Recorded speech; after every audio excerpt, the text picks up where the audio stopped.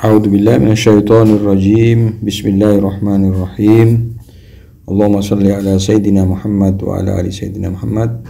Para sahabat KSM, jumpa lagi dengan kajian-kajian Qur'ani.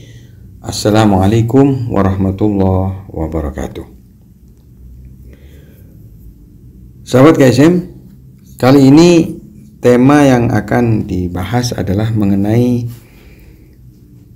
takwa dalam menghadapi keinginan-keinginan perut dan juga keinginan-keinginan tetangganya perut, yaitu kemaluan. Karena perut dan kemaluan ini apabila tidak dikendalikan dengan takwa, maka akan mengakibatkan berbagai kerusakan yang fatal. Dan agama Islam sangat memberikan perhatian yang besar dan concern akan pentingnya takwa dalam menghadapi syahwat, yaitu keinginan-keinginan perut dan juga syahwat seksual, ya, naluri seksual, yang mana takwa dalam dua hal ini itu mengindikasikan kepribadian seseorang dan juga keimanan serta sejauh mana ketaatannya terhadap Allah dan Rasul-Nya. Dan sejarah sudah membuktikan bahwasanya betapa banyak manusia yang jatuh ke lembah kebinasaan dikarenakan gagal mengendalikan syahwat perut dan juga syahwat tetangganya perut. Kalau dalam bahasa Madura itu tetang kena tabu, atau kalau dalam bahasa Jawanya tonggone weteng. Dan banyak sekali ulama yang mempunyai bab sendiri soal pentingnya pengendalian perut dan tetangganya perut ini, dan masuk dalam kategori bab akhlak. Bahkan kalau kita lihat di dalam Al-Quran, itu Adam dan Hawa itu diusir dari Darul Qaror, tempat yang begitu indah, surga. Kemudian mereka dikeluarkan dari surga dan diturunkan ke Darud Dunya, di mana tempatnya kebutuhan dan tempat yang bisa dikategorikan sebagai tempat yang rendah. Dari surga dikeluarkan dan diturunkan ke dunia. Disebabkan apa? Disebabkan Adam dan Hawa memakan buah yang dilarang oleh Allah Subhanahu wa ta'ala untuk mendekati buah itu, apalagi memakannya. Dan perut inilah sebagai muara dan sumber daripada penyakit. Dikarenakan apa? Dikarenakan ketika perut terisi dengan banyak, maka akan muncul birahi seksual, akan muncul naruri seksual yang kuat. Sehingga dua hal ini, antara isi perut dan syahwat seksual, ada kaitan yang berkelindan.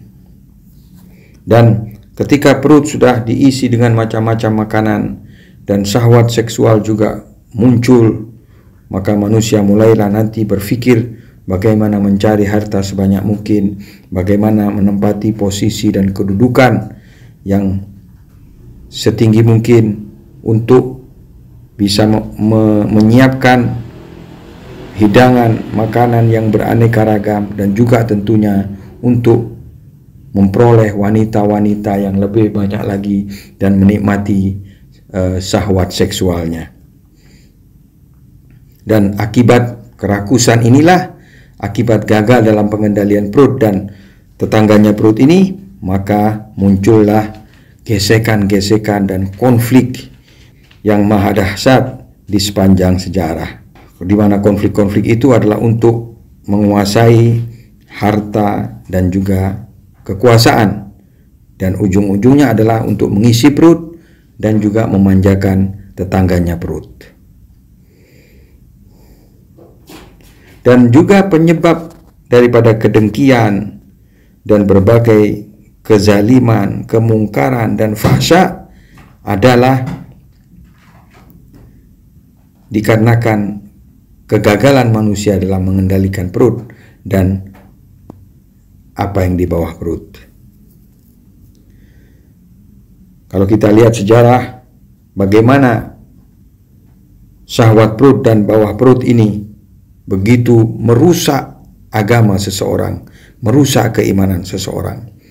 Marilah kita dengarkan bacaan daripada ayat Al-Quran ini. وآمنوا بما أنزلت مصدقا لما معكم ولا تكونوا أول كافر به ولا تشتروا بآياتي ثمنا قليلا وإياي فاتقون.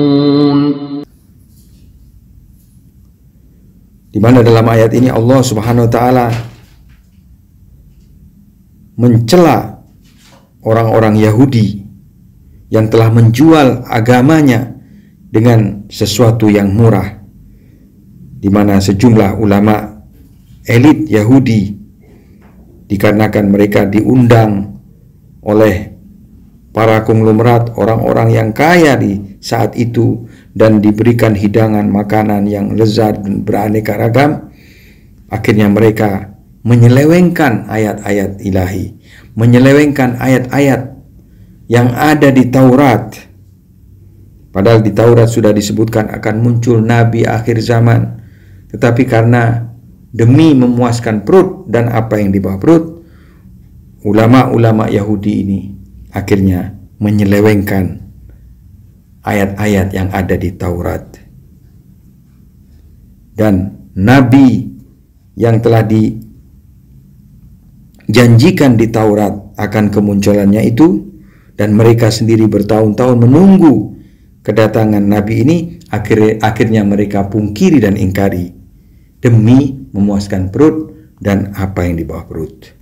Terkait dengan hal ini Rasulullah SAW bersabda, "Salasun akhafuhunna ba'di ala ummati ad-dalalatu ba'dal ma'rifah wa mudillatul fitani wa syahwatul batni wal faraji." 3 hal, kata Rasulullah, yang aku khawatirkan akan menimpa umatku setelahku nanti. Pertama adalah kesesatan setelah mereka mendapatkan ma'rifah, dan yang kedua yang aku khawatirkan adalah ujian-ujian yang dapat menyesatkan mereka, dan yang ketiga adalah syahwat perut dan syahwat seksual. Adapun maksud daripada kesesatan setelah ma'rifah adalah dikarenakan bisikan-bisikan orang-orang yang menyesatkan dan subhah-subhah atau hal-hal yang bersifat subhat yang membuat manusia tersesat. Akhirnya mereka dengarkan bisikan-bisikan itu dan akhirnya mereka tersesat setelah mereka sebelumnya sudah mendapat petunjuk. Akhirnya jalan lurus mereka tinggalkan dan mereka berjalan di jalan kesesatan dan penyimpangan. Dan di mana hal ini akan menimpa setiap zaman, terutama di zaman kita saat ini, di akhir zaman ini. Kemudian mengenai mudillatu fitan, ujian-ujian yang Allah Subhanahu wa taala datangkan untuk manusia dikarenakan mereka mengikuti hawa nafsu, akhirnya mereka tidak lolos dalam ujian itu. Dan maksud daripada syahwat perut dan syahwat faraj atau kemaluan adalah ketika manusia memanjakan keinginan perutnya dan bersifat tabdir dan israf dalam memuaskan keinginan-keinginan syahwat-syahwat perutnya dan juga syahwat seksual. Dan bahaya yang diperingatkan oleh Rasulullah SAW ini kita saksikan di zaman sekarang ini. Rasulullah juga bersabda di tempat lain, "Aksaru ma taliju bihi ummati an-nara al-ajwafan al-batnu wal faraj." Sesuatu yang paling banyak menyebabkan umatku tergelincir masuk neraka adalah dua hal. Yang pertama adalah perut dan kemaluan. Di tempat lain juga disebutkan, "Idza saba al-batnu tagha." Ketika perut itu sudah terlalu kenyang, maka dia akan tagha, dia akan melampaui batas.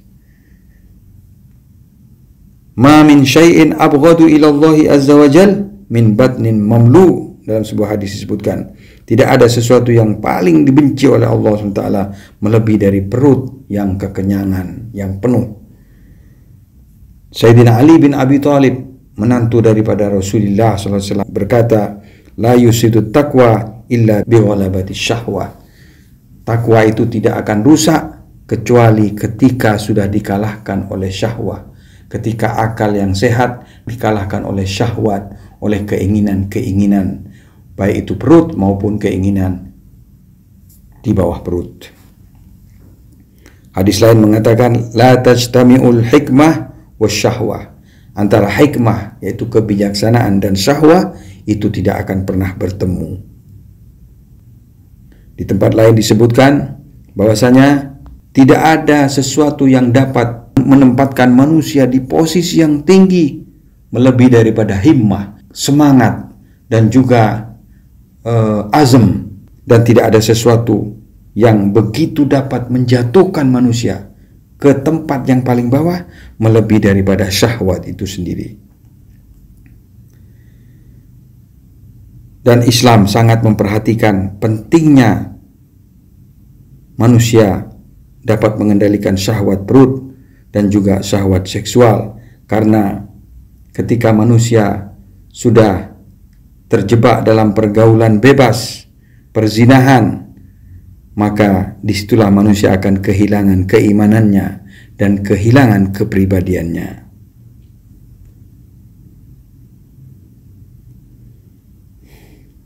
Karena ketika manusia sudah mengikuti syahwatnya, maka manusia akan mudah melakukan berbagai jenis dosa. Dosa-dosa besar pun tidak segan dilakukan, karena ketika sudah menjadi budak daripada hawa nafsunya. Ketika manusia sudah terjebak oleh syahwatnya, maka dia tidak lagi bisa berfikir secara syar'i apa yang dibolehkan oleh Allah dan apa yang telah diharamkan oleh Allah. Dan ketika manusia sudah mengisi perutnya setiap hari dengan penuh, maka dia akan panen penyakit. Jasmaninya akan rusak dan juga akhlaknya akan rusak. Dan perut ini telah menjadi sebuah berhala yang sangat bahaya, di mana manusia akan dipaksa menjadi budaknya di berbagai hal. Rasulullah SAW dalam kaitan ini, beliau mengingatkan, "Ya'ti 'alan nasi zamanun butunuhum alihatuhum." Akan datang zaman nanti di mana perut manusia akan menjadi alihanya, akan menjadi tuhannya. Wa nisa'uhum kiblatuhum, dan kiblat mereka adalah para wanita. Wa dananiruhum dinuhum, dan agama mereka adalah dananir, dinar, uang mereka, rupiah akan menjadi agama mereka. Wa syarafuhum mata'uhum, dan kemuliaan mereka adalah harta benda mereka. La yabqa minal iman illa ismuh, keimanan sudah tidak tersisa kecuali hanya namanya. Wala minal islami illa rasmuh, dan Islam juga tidak tersisa kecuali rasemnya, kecuali bentuk luarnya saja, sudah tidak tinggal Islam kecuali hanya bentuk lahiriah dan kulitnya saja. Wala minal Qur'an illa darsah, dan Al-Quran hanya diajarkan saja, tidak ada yang mengamalkan. Masajiduhum ma'murah, masjidnya bagus-bagus. Minal bana, tinggi-tinggi, mewah-mewah. Tetapi wa qulubuhum kharab alal huda, tetapi hati mereka jauh daripada petunjuk, dan hati mereka rusak, tidak memiliki cahaya sedikit pun. Ikhwan sekalian, insyaallah apa yang saya sampaikan ini insyaallah bermanfaat. Wabillahi taufiq wal hidayah. Wassalamualaikum warahmatullahi wabarakatuh.